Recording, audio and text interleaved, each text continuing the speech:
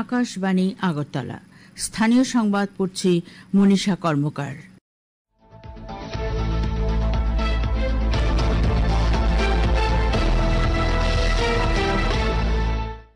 প্রধানমন্ত্রী নরেন্দ্র মোদী বলেছেন, বিশ্বব্যাপী সৃজনশীলতার নেতৃত্ব দেওয়ার ক্ষেত্রে ভারতের জন্য এটি উপযুক্ত মুহূর্ত। গতকাল মুম্বাইয়ে জিও ওয়ার্ল্ড কনভেনশন সেন্টারে প্রথম world audio visual entertainment summit waves 2025 এর উদ্বোধন করে একথা বলেন তিনি। এই ওয়েবস আগামী 4 মে পর্যন্ত চলবে। প্রধানমন্ত্রী বলেন, ওয়েবস কোনো সংক্ষিপ্ত রূপ নয়, বরং এটি সংস্কৃতি, সৃজনশীলতা এবং সার্বজনীন সংযোগের একটি তরঙ্গ। তিনি বলেন, এটি একটি বিশ্বব্যাপী মঞ্চ যা শিল্পী এবং স্রষ্টাদের নতুন ধারণা প্রচার করবে। প্রধানমন্ত্রী বলেন, 100টিরও বেশি দেশের শিল্পী, উদ্ভাবক, বিনিয়োগকারী এবং নীতি নির্ধারকরা এক ছাদের নিচে একত্রিত হওয়ায় ওয়েবস বিশ্বের দৃষ্টি আকর্ষণ করছে। ওয়েবসে বাজার উদ্যোগের প্রশংসা করে তিনি বলেন, এটি উদ্ভাবক এবং স্রষ্টাদের উৎসাহিত করবে। आज भारत दुनिया की 3rd लार्जेस्ट इकोनॉमी बनने की तरफ तेजी से आगे बढ़ रहा है। आज Bharat global fintech adoption rate में नंबर 1 है। दुनिया का 2nd लार्जेस्ट मोबाइल मैन्युफैक्चरर है। दुनिया का 3रे सबसे बड़ा स्टार्टअप इकोसिस्टम भारत में है। विकसित भारत की हमारी जर्नी तो अभी शुरू हुई है। भारत के पास इससे भी कहीं अधिक ऑफर करने के लिए है। भारत बिलियन प्लस आबादी के साथ साथ बिलियन प्लस स्टोरीज का भी देश है। মুখ্যমন্ত্রী অধ্যাপক ডাক্তার মানিক সাহা আজ বেশ কয়েকটি স্কুলের নতুন ভবনের উদ্বোধন করবেন। সরকারি সূত্রে জানা গেছে, মুখ্যমন্ত্রী আজ আগরতলার রামনগর ইংরেজি মাধ্যম এইচএস স্কুলের নতুন ভবনের সঙ্গে সেখানে আরও 4টি স্কুলের নতুন ভবনের ভার্চুয়ালি উদ্বোধন করবেন। এই স্কুলগুলো হল মোহনপুরের হেজামারা ব্লকের বড় কাঠালি এইচএস স্কুল, দারোগামোড়া ইংরেজি মাধ্যম হাই স্কুল, আগরতলা পুর এলাকায় ক্ষুদিরাম বসু ইংরেজি মাধ্যম স্কুল এবং পূর্ব নোয়াগাঁওয়ের সুকান্ত একাডেমি ইংরেজি মাধ্যম স্কুল। পেহেলগাঁও জঙ্গি হামলায় জড়িতদের কাউকে ছাড় দেবে না সরকার, জানিয়েছেন কেন্দ্রীয় স্বরাষ্ট্রমন্ত্রী অমিত শাহ। গতকাল নয়াদিল্লিতে বোডো নেতা উপেন্দ্রনাথ ব্রহ্মের মৃত্যুবার্ষিকী উপলক্ষে মূর্তির আবরণ উন্মোচন এবং তার নামে একটি রাস্তা উৎসর্গ করে এক সমাবেশে প্রদত্ত ভাষণে স্বরাষ্ট্রমন্ত্রী এই মন্তব্য করেন।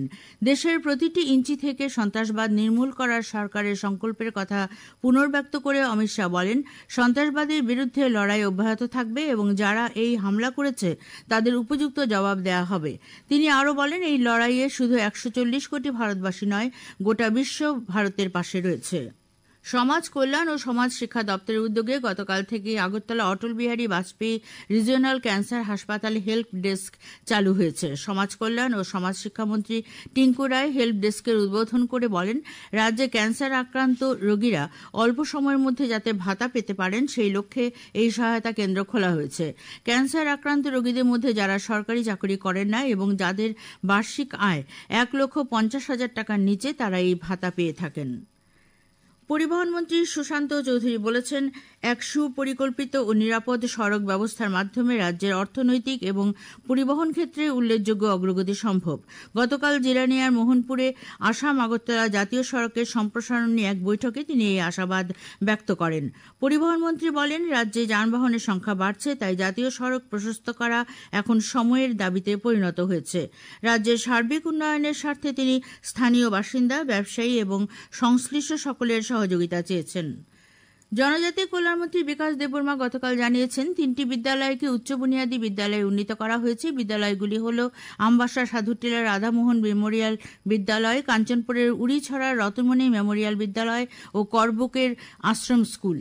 ত্রিপুরা ক্রিকেট অ্যাসোসিয়েশন পরিচালিত মহিলাদের ঘরোয়া টি20 সিনিয়র ক্রিকেট প্রতিযোগিতায় গতকাল 3টি মাঠে মোটে 6টি খেলা হয়। নরসিংগড়ের টিআইটি মাঠে 2টি খেলায় কর্নেল কোচিং সেন্টার 55 রানে প্রগতি প্লে সেন্টারকে এবং ব্লাডমাউথ ক্লাব 7 রানে এগিয়ে চলা সংঘকে পরাজিত করে। মেলাঘরের মাঠে 2টি খেলায় নিউ প্লে সেন্টার 25 রানে জিবি প্লে সেন্টারকে এবং তরুণ সংঘ কোচিং সেন্টার 10 উইকেটে ইউনাইটেড ফ্রেন্ডসকে হারিয়ে দেয়।